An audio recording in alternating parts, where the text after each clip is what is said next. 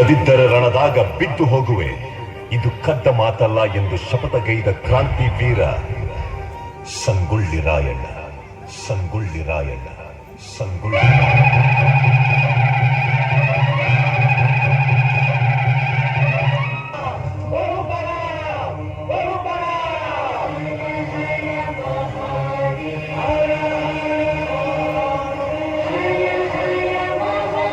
Monitor sound ಕೊಡಿ. Monitor sound.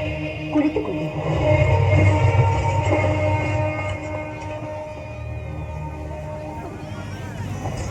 Good morning ರಾಣಿ ಸಾಹೇಬ್. ಕುಳಿತುಕೊಳ್ಳಿ. Thank you, thank you. ವಿಷಯವೇನೆಂದು ಕೇಳಿ ಮಹಾಮಂತ್ರಿಗಳೇ. ಸಾಹೇಬರೇ, ತಾವು ಬಂದ ವಿಚಾರ ತಾಯಿಯವರಿಗೆ ತಿಳಿಸಿ. ನಾವು ಇಲ್ಲಿಗೆ ಬಂದದ್ದು 2 ವಿಷಯಗಳನ್ನು ಡಿಸೈಡ್ ಮಾಡಿಕೊಳ್ಳಲಿಕ್ಕೆ. ಯಾವ ವಿಷಯ? ನೀವು ಮನ್ರು ಒಪ್ಪಂದದ ಪ್ರಕಾರ ಕಪ್ಪವನ್ನು ಕೊಡುತ್ತಿಲ್ಲ ಯಾಕೆ? ಕಪ್ಪ? ನಾವು ನಿಮಗೆ ಕಪ್ಪ ಕೊಡಬೇಕೆ? ಕಪ್ಪ ಕೊಡಲು ನೀವೇನು ನಮ್ಮ ಒಡ ಹುಟ್ಟಿದವರೇ, ಬಂಧು ಬಳಗದವರೇ, ಇಲ್ಲ ದಾಯಾದಿಗಳೇ? ನಿಮಗೇಗೆ ಕೊಡಬೇಕು ಕಪ್ಪ?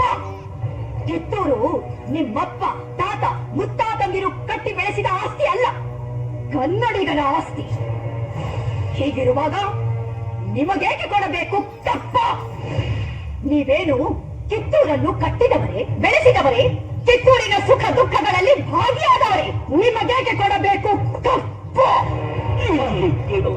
ವ್ಯಾಪಾರದ ನೆಪದಲ್ಲಿ ಕಡಲಾಚೆಯಿಂದ ಬಂದ ನಿಮಗೆ ನೆಲೆ ನಿಲ್ಲಲು ಸ್ಥಳ ಕೊಟ್ಟವರು ನಾವು. ಕೊಟ್ಟ ತಪ್ಪಿಗೆ ಸುಂಕ ಬೇರೆ ಕೊಡಬೇಕೆ? ಶತಮಾನಗಳಿಂದ ಸ್ವತಂತ್ರವಾಗಿ ಬದುಕುತ್ತಲಿರುವ ಈ ಕಿತ್ತೂರು ಯಾವ ಕಾರಣಕ್ಕೂ ಕಪ್ಪವನ್ನು ಕೊಡುವುದಿಲ್ಲ. ರಾಣಿ ಸಾಹೇಬ್, ಅಂದು ಕಪ್ಪ ಕೊಡುತ್ತುವೆಂದು ಒಪ್ಪಂದ ಮಾಡಿಕೊಂಡವರು ನೀವೇ. ಇಂದು ಕಪ್ಪ ಕೊಡುವುದಿಲ್ಲವೆಂದು ಹೇಳುವವರು ನೀವೇ. ಇದು ಸರಿಯಲ್ಲ, ನ್ಯಾಯ ಅಲ್ಲ. ಜಾಗಟೆ ಇಡಲು ಜಾಗ ಕೊಟ್ಟರೆ ಜಾಗವೇ ನಮ್ಮದೆಂದು ಬೊಬ್ಬೆ ಹಾಕುವ ಅಬ್ಬೆ ಪಾರಿಗಳು. ನಿಮ್ಮ ಮೋಸದ ಒಪ್ಪಂದಕ್ಕೆ ನಾವು ಮನ್ನಣೆ